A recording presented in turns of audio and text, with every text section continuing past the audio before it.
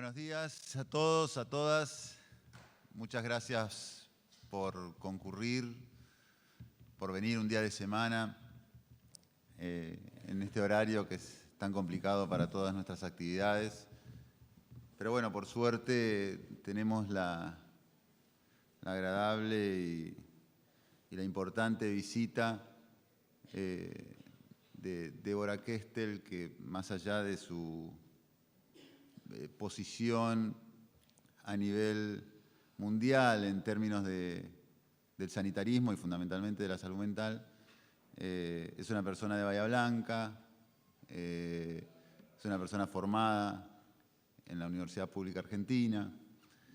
Entonces, como que los orgullos se van multiplicando, y ocupar una posición como es la de ella, la de directora del Departamento de Salud Mental y Abuso de Sustancias en la Organización Mundial de la Salud, y siendo mujer, con todo lo que conlleva en términos de dificultades, son valores que se van agregando y se van multiplicando. Para nosotros es un orgullo en este contexto de la universidad, puntualmente del Departamento de Ciencias de la Salud, donde comenzamos a desandar una carrera como la de acompañante terapéutico, que tiene diferentes implicancias, fundamentalmente porque es una carrera que nace a partir de un análisis epidemiológico y demográfico y sanitario fundamentalmente. De entender y de encontrarnos con una realidad en términos de salud mental y de discapacidad puntualmente, que va increciendo, que va haciéndose cada vez más visible, a pesar de que hay estructuras que sistemáticamente intentan o invisibilizarla o reducirlas a problemáticas más simples o de resoluciones más simples, como es la de la industria farmacéutica. Entonces, nosotros pensar en la problemática de salud mental, entendiendo que uno de cada cuatro hogares tiene una persona que está sufriendo en términos mentales o de discapacidad, y que el 35% de la carga global de enfermedad y de discapacidad en términos de años de vida perdidos productivos tienen que ver con problemáticas de salud mental, creíamos en el momento que empezamos con Marcela a pensar la carrera, ¿no?, que la universidad debiera empezar a dar este tipo de respuestas por fuera de las propuestas normales o habituales que da la universidad o las instituciones educativas. Entonces, en el marco de una carrera como acompañante terapéutico, que para nosotros es fundamental en este contexto de la salud y fundamentalmente de la salud pública, iniciar y a las 2 semanas tener la visita de Débora Kestel, para nosotros es un orgullo muy grande, y creo que para todos una oportunidad importantísima.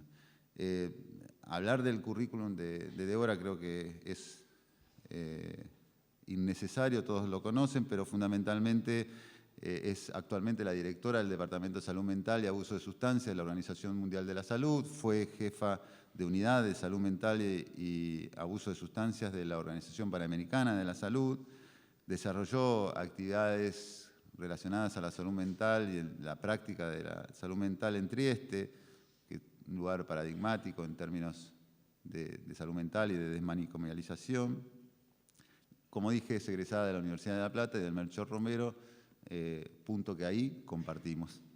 Así que bueno, bienvenida Débora, va a hacer unas palabras Marcela, y nuevamente les agradezco las ganas de venir hoy a esta universidad. Bueno, buenos días a todos y a todas. En primer lugar, le quiero agradecer a las autoridades de la universidad del departamento en particular, que nos acompañan en estos avatares y en estos proyectos así que tenemos, a los alumnos por haber venido y, bueno, y al público en general, autoridades de la ciudad, de la región, que también están presentes. Yo, más allá de lo que pueda haber dicho Pedro y todos conozcamos del currículum de Débora Kestel, quisiera hablar muy sintéticamente de ella como persona, como profesional y como trabajadora de la salud mental, con quien me vinculo a veces más cercano, a veces más a la distancia, desde hace más de 25 años. Entonces, por ahí quisiera dar un testimonio, contarles desde dónde creo que ella ha trabajado siempre, que ha sido desde la ética y desde el pensar que las personas con padecimiento mental tienen derechos y que siempre es posible construir algo al respecto para mejorar su calidad de vida. Creo que la ética que ella, desde donde se ha posicionado siempre, pasa desde la época en que estaba a cargo de la desinstitucionalización del en Trieste, en donde no solo planificaba la externación de usuarios que todavía vivían ahí, sino que manejaba la combi, el pulmino, para poder ir hasta la montaña a externar los usuarios. Acá tengo a Patricia Pauluc, que ha estado también trabajando con nosotros en eso. De la década del 90 les estoy hablando, hace bastante tiempo. De ese tiempo hasta ahora, ella puedo dar fe y dar testimonio de que trabajó desde los proyectos concretos en los que tuvo oportunidad de participar, independientemente de que fueran a nivel local, en Trieste, a nivel internacional, a nivel de OPS, como estuvo, o a nivel de la Organización Mundial de la Salud.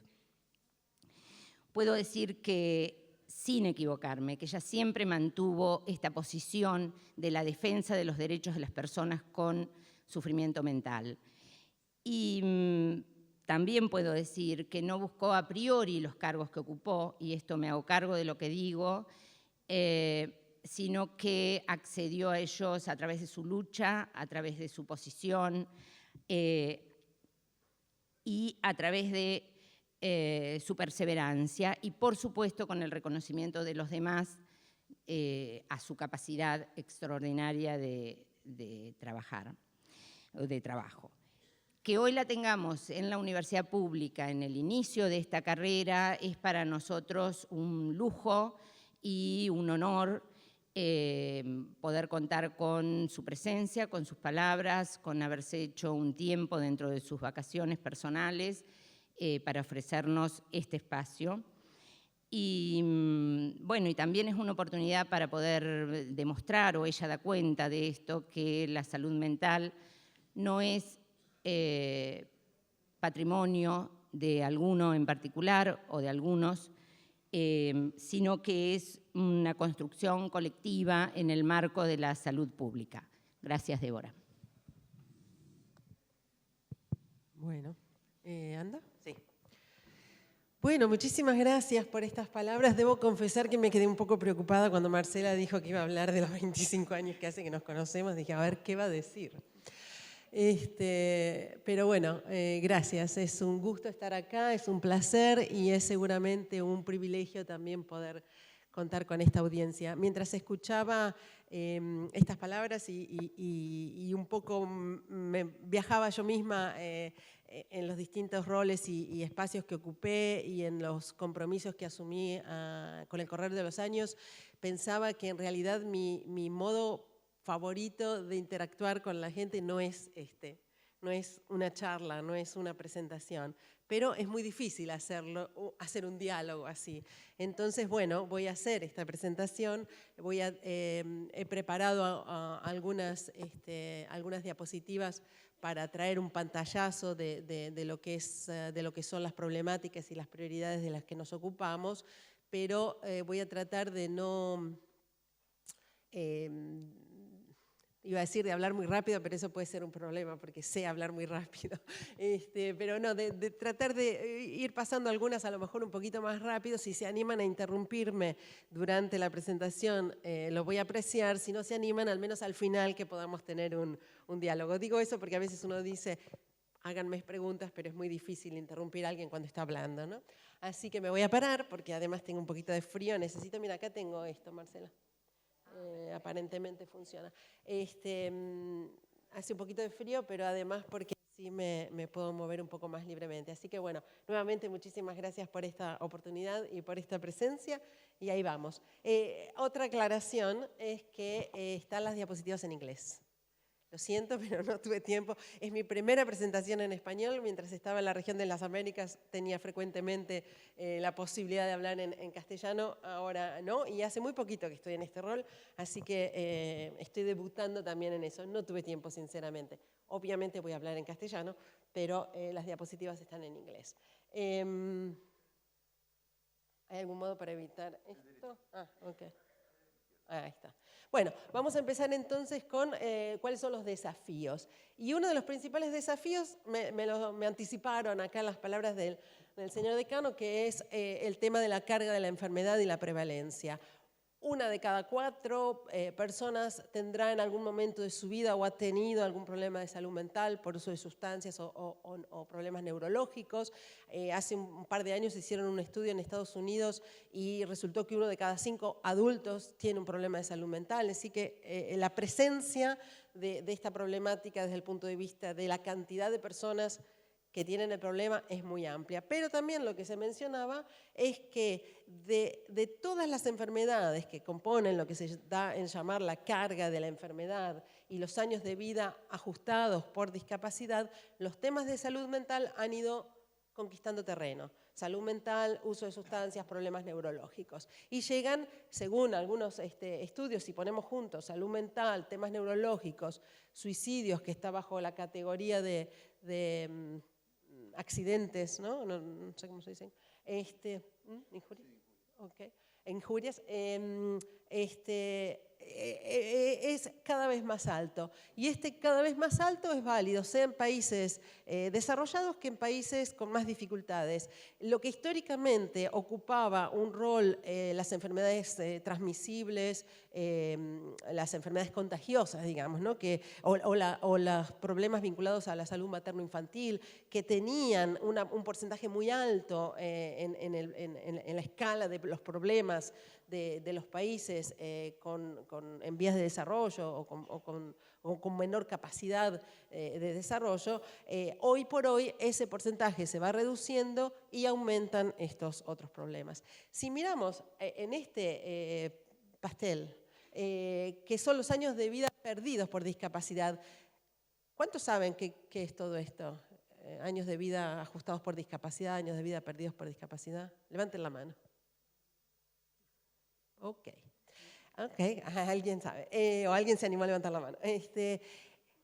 Una persona se supone que nace sano y vive sanamente por un número de años y si todo transcurre idealmente se va a morir a una edad que es la expectativa de vida que varía en cada país, puede ser, no sé, acá a lo mejor 70 y pico, 80, pensé que era más alto, 74. ¿Qué pasa? Que difícilmente una persona llega así indemne en todos esos años, se va enfermando y algunas de esas enfermedades pueden causar una muerte temprana o bien pueden causar discapacidad. Entonces, los años de vida ajustados por discapacidad es una diferencia entre lo que se esperaba que viva y la relación entre los años que se muere antes o que no vivió de esos 74 por la enfermedad o los años que vivió con una discapacidad. Vivió, pero con ciertas limitaciones. Esos son los años de vida ajustados por discapacidad. Luego están los años de vida perdidos por discapacidad. No toman en cuenta la muerte, pero sí los años de vida que una persona vive con una discapacidad y el peso de esa discapacidad. Cuando miramos a esto, entonces los temas de salud mental son enormes como porcentaje. Estamos viendo que sumados otra vez, salud mental que incluye también trastornos por uso de sustancias, los temas neurológicos que estamos hablando, miren cómo aumenta, ¿no? El 9%, estamos hablando de demencias, Alzheimer, por ejemplo, epilepsia, otros. Y el tema del suicidio, ya tenemos que un tercio, más de un tercio del pastel es debido a estos temas. En contraposición, lo que vamos viendo, y estas son, el verde creo que es el mundial, lo demás son escalas de desarrollo, digamos, de los países, pero lo que vamos viendo que en los últimos 25 años, esa carga de la que venimos hablando ha ido aumentando en todos los países. Lo que les decía antes, arranca muy bajo los países de menores de ingresos bajos, ¿no? Arranca mucho más abajo que los de ingreso alto, pero sin embargo se duplica de todas maneras el tema de la carga. Y acá creo que dice eso exactamente, que se duplica. Y esto nos muestra un poco, en azul son los trastornos de salud mental y por uso de sustancias, en rojo demencias, Alzheimer, y en azul oscuro el tema del suicidio. Y lo que vemos acá son los años. Entonces vemos que los temas de salud mental y uso de sustancias arrancan muy tempranamente y hacen pico muy tempranamente, es decir, que la problemática de los jóvenes es enorme, va hasta la edad adulta y va bajando paulatinamente. Mientras el tema del suicidio también, el joven, el adolescente, el adulto joven. Y en cambio, el tema de neurológicas, en particular la demencia, va aumentando. Una particularidad a tener en cuenta con esto es que la población va envejeciendo, la expectativa de vida va aumentando, entonces esa franja numéricamente va creciendo de manera significativa. Y luego, en todo caso, lo podemos mencionar, pero anticipamos que sabemos que los sistemas de salud mental no están preparados para dar respuesta a esa problemática. Si no nos preparamos con tiempo, el riesgo es que se generen los nuevos manicomios que una vez ocuparon los pacientes de salud mental con trastornos mentales, puedan terminar siendo la solución, entre comillas, para la persona anciana que no encuentra otras alternativas. Hablamos de los determinantes sociales a nivel mundial y la salud mental. Tal vez sepan que existe algo que se llama los Objetivos de Desarrollo Sostenible, que vinieron a reemplazar los Objetivos del Milenio. Y en los Objetivos de Desarrollo Sostenible, creo que después tal vez tengo una diapositiva o la quité, no me acuerdo, pero hay uno que es específicamente dedicado a salud y dentro de ese de salud hay una mención por primera vez, después de mucha lucha por parte de algunos colegas, del tema de salud mental y hay un indicador específico para la prevención del suicidio. Entonces, quiere decir esto que se incorporan estos conceptos en un entendimiento amplio de los temas de desarrollo. Ya no es un problema de salud exclusivamente, es un problema de desarrollo. Y estos temas, acá estamos, son ejemplos de los determinantes sociales que van a tener un impacto en salud mental. Una de cada 3 mujeres y niñas, esto creo que es superfluo decirlo en Argentina, espero que estamos todos conscientes de esto, 1 en 3 mujeres y niñas van a experimentar violencia en su vida, el tema de la cantidad de países afectados por conflictos, violencia, etcétera, el tema de la cantidad de millones de personas que viven con HIV y las implicaciones que esto tiene en la salud mental, los villas miserias se decía, no sé cómo se dice el término más elegante, pero bueno, estos son situaciones que suceden en el mundo y que tienen un impacto indudablemente en la salud mental. Entonces, ¿dónde estamos con todo esto como organización? En el año 2013, la Organización Mundial de la Salud, que consta de 194 países, estados miembros, les decimos, que se reúnen cada año en el mes de mayo y deciden cuáles son las prioridades en las que la Organización Mundial de la Salud va a trabajar en el próximo año. En este año deciden que salud mental es importante, es prioritario y se elaboran, pide a la organización la preparación de un plan de salud mental. Para su información, lo comentábamos ayer, este plan de salud mental se aprueba, quiere decir que 194 países, 194 ministerios de salud, en algunos casos con la persona del ministro, en el momento mismo de la discusión, deciden que ese tema es importante y todo el mundo se pone de acuerdo y lo aprueba. Este plan prevé que se trabaje en 4 líneas estratégicas que tienen que ver con la gobernabilidad, el liderazgo, las políticas, las leyes, etc. tiene que ver con otra estrategia, con el tema del desarrollo de servicios, y habla de servicios de salud y de servicios sociales. El tema del rol de la promoción y la prevención, y por último los datos, ¿no? La vigilancia, el monitoreo, la investigación, los datos científicos que fundamenten las prácticas en los países. Una vez que vuelvo para atrás.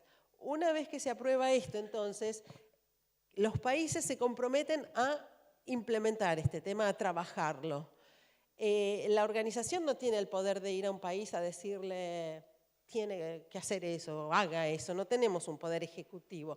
Sí tenemos un poder de volver a dialogar con cada una de las autoridades de cada uno de los países para decirle, recuerde que usted se comprometió a eso, porque después cada 2 años se hace un monitoreo, se pide a los países que den cuenta de cómo vamos con esto. Y entonces ahí es donde los países se encuentran un poquito más confrontados con la situación, si avanzaron, si no avanzaron. Esto es un resumen, evidentemente es un documento con acciones sugeridas, etcétera, etcétera. Y es un compromiso de los estados, no del gobierno que está en ese momento representado. Cambian los gobiernos, el nuevo va a tener que rendir cuentas del mismo compromiso. Entonces, en estos estudios que hacemos cada 2 o 3 años, que se llaman Atlas de Salud Mental, que se envía a los ministerios de salud, nos dan datos, y estos son datos que les voy a presentar que provienen del último, que fue el 2017, publicado el año pasado, 2018. Y uno de los desafíos más grandes que tenemos, cuando vemos, si nos acordamos de esa carga de la enfermedad, es la limitación de los recursos humanos. En general, a nivel global, solo el 1% de la fuerza de trabajo de salud trabaja en salud mental. El 1%. Hablábamos de una carga de 1/3, ¿no? Bueno, el 1% solamente está formado para dar respuesta a ese problema. En el 45% de la población del mundo vive en países donde hay un psiquiatra cada 100.000 habitantes. Eso no es el caso de Argentina. Pero perspectiva mundial para no distraernos. Y de este 1% que hablábamos, 43% son enfermeros, 8% psiquiatras, 3% trabajadores sociales, 7% psicólogos, terapistas ocupacionales y otros. El otro de los problemas que tenemos y que vemos es que el presupuesto de salud mental es extremadamente limitado. A nivel global, la media del presupuesto de salud que se dedica a la salud mental es del 2%. Nuevamente, hablamos de un 30% de carga, 30 y pico de carga, una prevalencia de 1 cada 4. Solo el 2% del presupuesto nacional de salud, como media a nivel mundial, se destina a la salud mental. Cuando vemos dividido un poquito por región, 11 y pico es el de la región de las Américas. Estos son dólares gastados por cápita por año, y tenemos 11 y pico dólares en la región de las Américas. Si mi memoria no me falla, Estados Unidos tiene 300 y pico dólares. Es decir, que para llegar a una media de 11, quiere decir que la mayor parte de los países tiene menos de entre 1 y 3%. Dólares. Entonces, resumido, tenemos que estos eran los años de vida vividos con discapacidad que les mostraba antes, y estos son el porcentaje de salud dedicado a la salud mental. Entonces, si vemos a los países, como les decía antes, la situación que ha ido cambiando, los países de ingresos bajos que tienen una carga igual del 20 y pico %, sin embargo, gastan menos del 1% en salud mental. Como consecuencia de esto, entre otras cosas, que podemos charlar luego, es que existe lo que se llama una brecha de tratamiento, un gap, una brecha aquí está definido como el tratamiento mínimo efectivo. Es decir, basado en estudios que dicen este es un tratamiento costo efectivo y lo ponemos a disposición. Solamente para depresión, ansiedad y trastorno por uso de sustancias, en países de ingresos bajos y medio bajos, la cobertura, es decir, el porcentaje de personas que reciben atención es del 2%, o del 4%, o del 1%. En países de ingresos altos, 14, 22, 10. Es decir, que aún en países de ingresos altos, el porcentaje de personas que reciben atención adecuada es extremadamente bajo. Y estamos hablando, lo hablaba ayer en otro contexto, hablemos aquí en Bahía Blanca, ¿cuántas personas que se rompen una pierna, a no ser que estén en una condición realmente aislada, en el medio de, no sé, en un campo lejos y tenga que esperar un par de días, sino cuántas personas que se rompen una pierna no van a recibir atención? Probablemente solo en condiciones realmente muy, muy, muy particulares. Sin embargo, no sé dónde podría estar Bahía Blanca, entre ingresos medios y demás, estaría en alguna de estas columnas muy por debajo de lo que puede ser el tratamiento a problemas de salud física. Y esto es un poco el resultado que tenemos, estas fotos que me lo preguntaban recién en una de las entrevistas que fue lo que me decidió a hacer el recorrido que hice, y fue haberme encontrado con situaciones de este tipo y decir por qué, que alguien me lo explique, una persona por estar enferma tiene que estar además castigada y tratada de este modo, por estar enferma. En estos casos extremos, además de estar enfermo, seguramente no tiene los medios para buscar otro tipo de solución, otro tipo de alternativa. Porque si los tiene, puede ir zafando un poquito, en algunos países, en algunos contextos. Pero si no tiene los medios y tiene una enfermedad, inclusive ni siquiera tan severa, tiene el riesgo de terminar ahí. Entonces lo que estamos hablando es de una necesidad de recontextualizar la problemática. Voy a tomar un poquito de agua. ¿Me van siguiendo? Una de las primeras cuestiones que surgen es que evidentemente el mundo no ha respondido a la evidencia científica disponible. Lo hablábamos también en un contexto totalmente distinto ayer en un momento. Habrá aquí a lo mejor representantes de otras disciplinas de la salud que no son estrictamente salud mental. Yo no sé si hay tanta discusión y debate sobre cuál es el mejor modo de enyesar un brazo que se rompe. Bueno, hay cambios. Ahora yo creo que no le ponen más el yeso que me pusieron a mí cuando tenía 7 años, pero hacen otro tipo, pero pasan años hasta tanto cambia algo, una nueva evidencia científica. Entonces el mundo de la salud, médicos y demás, en el caso probablemente traumatológico, específicamente médicos y demás, se pone de acuerdo, llega a aceptar que esta es la evidencia científica disponible y actuar de consecuencia. O en salud mental no. Después podemos discutir por qué sí o por qué no. Pero en principio no. Hay disputas eternas sobre distintas problemáticas que como consecuencia hacen que no se avance y también yo creo que hacen que no nos hayan tomado tan en serio en muchos contextos, ¿no?, de la ciencia. Entonces el mundo no ha respondido a lo que sabemos que sirve y que no sirve, y que funciona y que no funciona.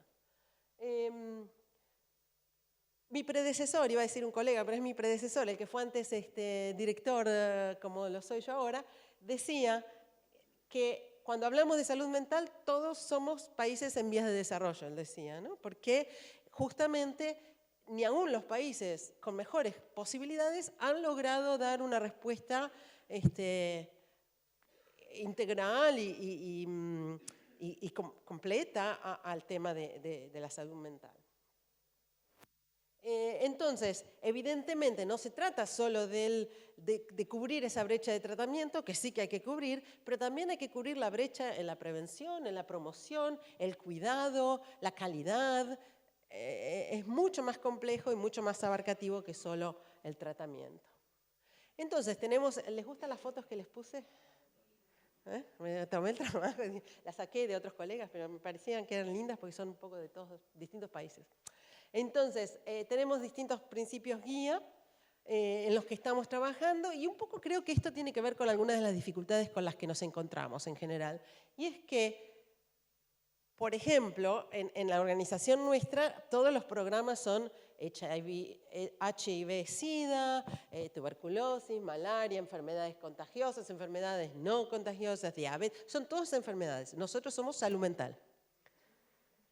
Y eso yo creo que ha generado un poquito de confusión en los años, no ahora, pero en los años, de cuál es nuestro ámbito de intervención. Entonces, en definitiva, nosotros trabajamos desde lo que es la salud mental, positiva, la salud mental, a problemáticas vinculadas a la salud mental, al trastorno mental, a la enfermedad mental y a la discapacidad psicosocial. Todo eso nos incumbe. Y en todo eso trabajamos en lo que es espacios de promoción, de prevención, de tratamiento, recuperación. Y para cada uno de esos espacios hay cantidad de posibles intervenciones, posibles espacios de trabajo. La perspectiva de los derechos, y lo decía Marcela antes en su introducción, me parece que es fundamental, que no se puede ignorar. Las personas con trastornos mentales o con sufrimiento mental tienen el derecho a ser protegidas, tienen el derecho a recibir el cuidado que sea necesario y tienen el derecho a la dignidad y a la libertad. Parece banal. Yo a veces lo digo, acá lo digo así en secreto, no lo repitan, pero ¿por qué no hacemos hospitales para las personas con diabetes? Hagamos hospitales, los llevamos, los encerramos, los vamos a visitar los primeros tiempos una vez cada tanto, después los dejamos ahí. No hay presupuesto y bueno, no importa, total tienen diabetes. O cualquier otra enfermedad. El derecho a la dignidad y a la libertad es una cosa tan banal y básica que resulta a veces increíble entender por qué se ignora de manera sistemática siempre, en muchos lugares del mundo, para las personas porque tienen un trastorno de salud mental. Y lo vemos cotidianamente. A mí habrán sido testigos estos días que me hice famosa últimamente en Argentina, me han hecho muchas entrevistas y terminé hablando mucho de este tema, de la discriminación. Y sola me preguntaba, ¿y por qué si yo no trabajo tanto de eso? Yo trabajo más en servicios de salud, en promover reformas de salud y demás. Y sin embargo creo que es un mensaje que en la brevedad de una entrevista mediática, televisión o radio, una cosa breve y un poco superficial, creo que es un mensaje que tendríamos que dedicarle un poco más de tiempo, un poco más de atención. ¿Por qué esa discriminación? Algunos de los temas entonces que son elementales, que son fundamentales y sobre los que se trabaja y tenemos que seguir trabajando es el tema de reconfigurar la atención hacia estos temas, estas personas, desde los hospitales a las comunidades. El tema de los hospitales está totalmente fuera de discusión, que es nefasto en muchos casos y costoso, no eficiente, que viola derechos humanos, no en las fotos que vimos antes, simplemente cuando una persona no tiene la libertad de comunicar, de salir, de entrar, de hablar, de saber de su cuidado, etcétera, por el simple hecho de estar en las reglas, bajo las reglas de un hospital, por ejemplo. El tema de involucrar a las personas con experiencia de vida y los familiares es fundamental y por suerte hay cada vez más experiencias en este ámbito, un poco en todos lados. Creo que todavía tenemos mucho recorrido por hacer en ese camino. Muchas veces sucede que se invitan a estas representantes, antes nos invitaban, entonces son pasos adelante, se los invitan, se los escucha, pero no necesariamente luego se sigue adelante o se hace lo que se sugiere. El tema de la atención centrada en la persona y la comorbilidad. Se hizo un estudio el año pasado en distintos países en vías de desarrollo, porque había estudios similares en países desarrollados. Las personas con trastornos mentales severos se mueren entre 15 y 20 años antes que quienes no tienen estos trastornos mentales. ¿Y se mueren por qué? Se mueren por hipertensión, se mueren por problemas cardiovasculares, se mueren por enfermedades que podrían ser perfectamente atendidas y cuidadas y curadas, pero no son porque estas personas, en primer lugar, son enfermos mentales. Entonces se descuida un poco el tema de la salud física en estos casos. Entonces, el enfoque centrado en la persona y la comorbilidad es un camino a recorrer y un espacio al que darle atención. Y además tiene que ver con la integración de la salud mental en otras disciplinas y en otros problemas. Yo me vengo para acá porque si no me da las luces. En otras disciplinas y en otras problemáticas de salud. HIV, tuberculosis, pero también salud materno-infantil, salud del adolescente, del niño, por supuesto, en fin. Son todos temas que requieren una mayor integración con la salud mental y las intervenciones de carácter social juntamente con las psicosociales y la farmacológica tienen que estar integradas en equipos multidisciplinarios, pero que se traduzcan en prácticas concretas, ¿no? Hemos visto muchas veces el equipo multidisciplinario, pero que no está integrado en una respuesta única. Esta es una pirámide bastante vieja ya, tiene unos 15 años, pero creo que todavía es un buen esquemita de lo que hablamos cuando hablamos de los temas de salud mental, la necesidad de desarrollar servicios o atención o espacios para la salud mental en lo que es la base de la pirámide, que es un nivel informal de atención, de autoayuda, de autocuidado y del trabajo comunitario, que a lo mejor muchos de ustedes van a estar haciendo en breve o están ya haciendo.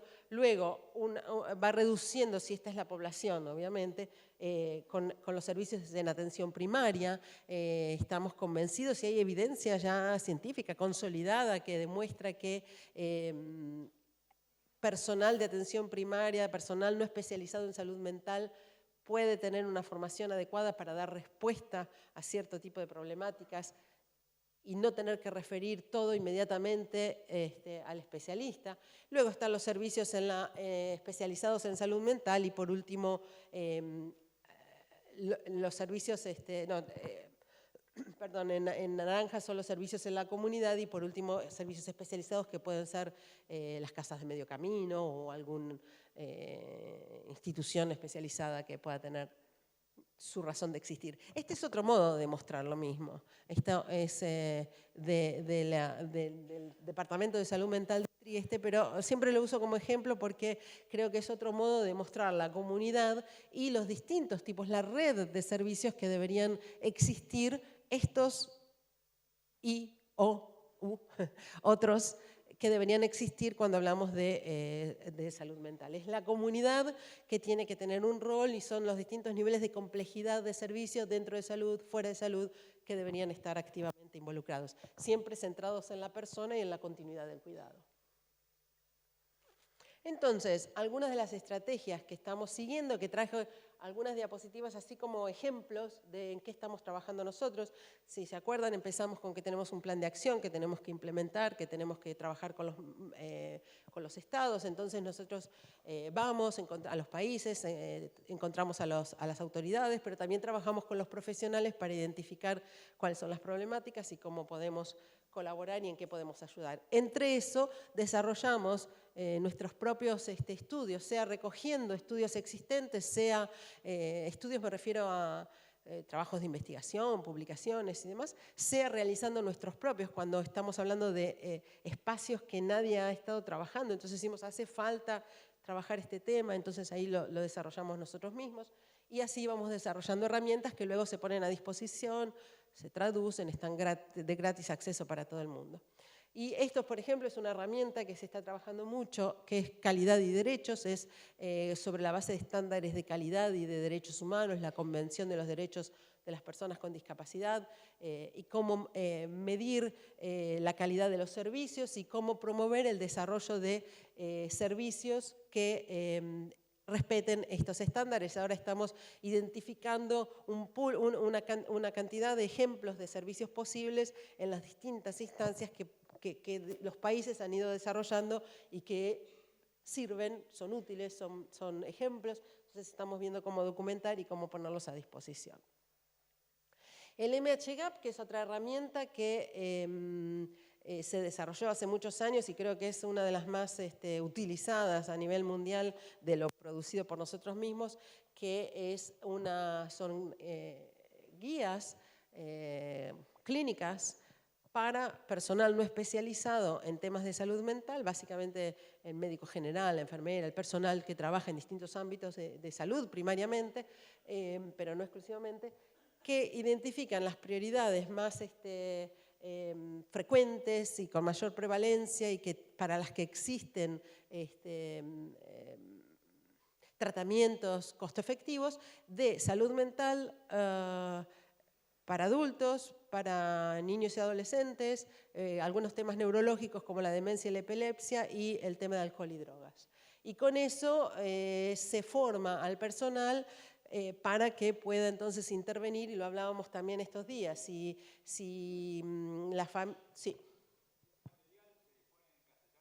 Sí, se dispone en castellano. El Ministerio de Salud, la Secretaría de Salud de Nación lo ha estado trabajando aquí en las provincias, o sea que hay personal capacitado en las provincias, hay paquetes de diapositivas para formar gente y está disponible online en la página de OPS. Acá se dio un curso aquí en Bahía Blanca. Entonces decía que, por ejemplo, hablábamos que, bueno, a lo mejor una familia no se da cuenta que el hijo o la hija tiene algún problema que podría ser de consideración de alguien de salud identificado, etcétera, y uno no puede esperar que la familia tenga la formación y la capacidad de identificar de qué carácter es el problema. Sin embargo, decíamos, el niño va al médico porque tiene que ser vacunado, digo un ejemplo banal, ¿no? Pero a lo mejor si ese médico tiene una formación donde le presta atención no solo a la salud física de este niño o niña, sino también a otros elementos que puedan surgir en la entrevista y puede intervenir adecuadamente, a lo mejor logramos prevenir una serie de problemáticas que luego serán pueden convertirse en una problemática clara, concreta de salud mental en la edad adulta. Entonces, esta es otra herramienta justamente muy popular entre nosotros. Otro de los temas que no mencioné mucho porque no se puede hablar de todo, es el tema del suicidio, que es una prioridad indudablemente. Saben que este año, el Día Mundial de la Salud Mental, el lema de este año es sobre la prevención del suicidio. El tema del suicidio es preocupante, aumenta. Justo leí el otro día unos datos aquí en Argentina, no sé quién publicó, que el número de suicidios en Argentina del último año que lo recogieron, no sé si era del 2018, 2017 o cercano, era bastante más alto que el número de homicidios en el mismo año. Sin embargo, me imagino, yo no sigo las noticias cotidianamente, pero sospecho que se habla mucho más de los homicidios que de los suicidios, ¿no? Y no se logra superar un poco este tema del tabú en torno al tema del suicidio. La primera en Argentina, la primera causa de muerte de menores de 25. Bueno, entonces, se mueren, son jóvenes y lo que es fundamental es que el suicidio es prevenible. Hay que ver cómo, y hay que ver, en cada lugar seguramente será distinto, hay que considerar los medios, los medios usados para suicidarse, hay que considerar un montón de factores, pero hay trabajo por hacer. Estas son unas herramientas en las que hemos estado trabajando y que seguiremos trabajando porque creo que no se está haciendo suficientemente.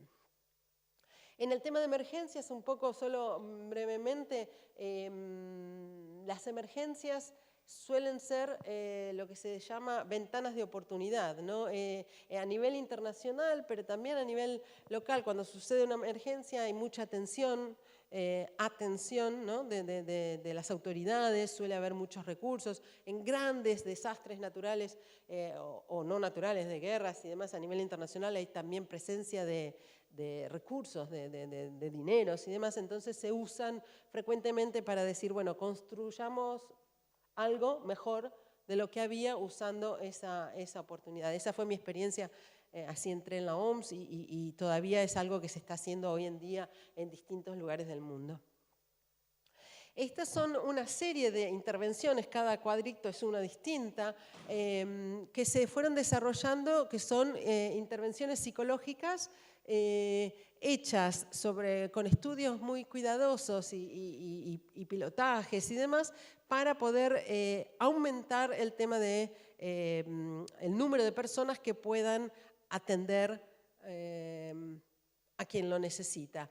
Me distraje pensando, bueno, probablemente no es una prioridad aquí en Argentina, pero en otros lugares del mundo, como veíamos, donde no hay profesionales, el tema de formar de una manera muy cuidadosa, muy precisa a personal que pueda trabajar en espacios, en algunos casos individuales, en otros grupales, en algunos casos es jóvenes, en otros es adultos, estas herramientas, ¿no? En algunos casos es para la prevención de la depresión de la mujer embarazada o del posparto. Son formación a personal no especializado, obviamente, y a personal en muchos casos no de salud, a personas de la comunidad que pueden tener una formación muy puntual y poder tener un rol concreto en el momento de asistir a quien lo necesita. El tema de niños y adolescentes, sabemos, hay sobrada evidencia que las problemáticas de salud mental, el 50% nacen antes de los 14 años, se desarrollan antes de los 14 años. Y sin embargo, hay muy pocos profesionales que trabajan el tema y hay muy poco conocimiento o prácticas disponibles para, desde la perspectiva de salud pública, es decir, más allá de la intervención clínica puntual para manejar este tema. Entonces ahí estamos desarrollando distintas estrategias. En unos casos es algo que también se ha estado trabajando aquí en Argentina con una asociación, formación de padres o cuidadores de niños con autismo o trastorno del desarrollo, material para formar a esta comunidad de directos interesados para que puedan manejar mejor su propia situación, etc. Todos estos temas, además, está cada uno de ellos en las guías del MHGAP. Depresión, suicidio, trastornos del desarrollo, ahora demencia y epilepsia. Cada uno tiene un capítulo donde se desarrolla el tema. El tema de demencia ya lo hablamos antes, el tema de epilepsia también nos incumbe, el tratamiento a la epilepsia simple es muy sencillo y muy económico, y sin embargo la brecha de tratamiento es enorme, el estigma en algunos lugares del mundo es increíble y es un tema que también estamos trabajando. Y el tema de sustancias, lo hablábamos antes, alcohol y uso de sustancias, con todas las complicaciones y ámbitos de trabajo que muchas veces exceden salud justamente, y eso es una de las dificultades. Una de las características de lo que está pasando hoy por hoy, no es una característica, una de las peculiaridades que están sucediendo hoy por hoy en el mundo es que la salud mental está despertando interés político. Y si miramos a nivel global, ¿no? Y si miramos estas fotos, que esta es una reunión que tuvo lugar en Naciones Unidas en octubre del año pasado, fines de septiembre del año pasado. Esta señora es Cynthia, la mamá de Lady Gaga. ¿Ves que todos hacen? Este señor no van a hacerlo, este señor es mi jefe, el director general de la OMS. Esa señora con el flequillito es la ministra de Salud de Canadá y la otra es ministra, creo que de Desarrollo de Holanda. Y esto es una sesión que se hizo en la sede de la Asamblea General, estoy traduciendo, de Naciones Unidas, que se hace todos los años, que van los presidentes, los primeros ministros y no sé cuánto. Hubo unas sesiones de salud, esta de salud mental con esta gente y otros hablando. Este señor es siempre mi jefe, el director general de salud mental, y el que está al lado es el secretario general de Naciones Unidas, ambos hablando de salud mental. Y aquí este señor es el príncipe, nunca me acuerdo cuál, William, creo, el más grande. La primera ministra de Nueva Zelanda, que hace poquito se hizo lamentablemente muy famosa por lo que sucedió en Nueva Zelanda, estuvo mucho en los medios, y un psiquiatra de Zimbabue que se encontró con la situación de no tener psiquiatras en su país y entonces desarrolló un tipo de intervención muy interesante que se llama sería como el banco de la plaza amigable, es una traducción muy casera, pero es como esos bancos donde él lo que hizo fue, sobre la base de la terapia cognitivo-conductual, empezó a formar, y de una manera muy sistemática y muy rigurosa, a abuelas de la comunidad para enseñarles cómo hacer intervenciones breves a quien lo necesitara. Entonces ponen esos bancos, la abuela se sienta y la gente de a poco viene a consulta, no hay ningún tipo de vínculo, de compromiso, viene una vez, viene muchas veces, y hay un tipo de intervención que se sigue. Y hay datos impresionantes que muestran cómo esto tiene resultados en la salud mental de la gente. Tanto así que el Servicio de Salud Mental de la ciudad de Nueva York incorporó el mismo modelo en su diseño del sistema de salud mental en el país, con unos bancos muy bonitos, naranjas, etc. Pero todo esto lo traigo para decir, bueno, estas personalidades famosas están hablando de por qué hay que darle atención a la salud mental y por qué la salud mental es importante. Entonces, por parte nuestra, como la OMS está en un proceso con un nuevo directorio, en un proceso de relanzar los compromisos desde la organización y con una estrategia de cubrir de 3 millones de millones, uno en el tema de la cobertura universal, uno en el tema de la salud en las emergencias y otro en el bienestar, se espera cubrir todo esto, millones de personas que reciban este tipo de atención. Entonces se está proponiendo que la salud mental sea parte de esta estrategia, que no puede haber salud o desarrollo sostenible sin salud mental. Y voy terminando. Entonces estamos proponiendo lo que es la cobertura universal en salud mental o para la salud mental, no sé cómo lo traduciríamos, con la idea de cubrir efectivamente la visión es que toda la gente, que todas las personas alcancen el más alto estándar de salud mental y bienestar. Y son 2 estrategias en las que nos estamos concentrando. Una primera que es en relación al marco de gobernabilidad que hablábamos, políticas, abogacía, derechos humanos, y por el otro lado, entonces, intervenciones, cobertura, nuevos servicios, reforma de servicios. Servicios que pueden ser de distinto tipo, en atención primaria, en centros de salud mental comunitarios, en hospitales generales, centros de día, clínicas móviles, servicios de visita domiciliaria, etc. Rehabilitación, cuidado y recuperación son ejemplos. El Banco de la Plaza también es una estrategia posible. Entonces, en esta estrategia lo que estamos hablando es de concentrarnos en una integración de la salud mental en todos los niveles de salud que sea necesario, asegurar que el acceso a esos servicios no imponga un desafío financiero para la persona, o sea, que sean realmente accesibles, que el foco es a través de del curso de vida. Entonces hay distinto tipo de intervenciones en cada franja etaria y deben ser adecuadamente desarrolladas, que ninguno quede atrás. El respeto a los estándares de derechos humanos internacionales, que sean adaptables a los contextos locales, con los recursos y las condiciones que cada lugar tenga, y obviamente en colaboración con otros miembros, organizaciones no gubernamentales, etc. Muchas gracias.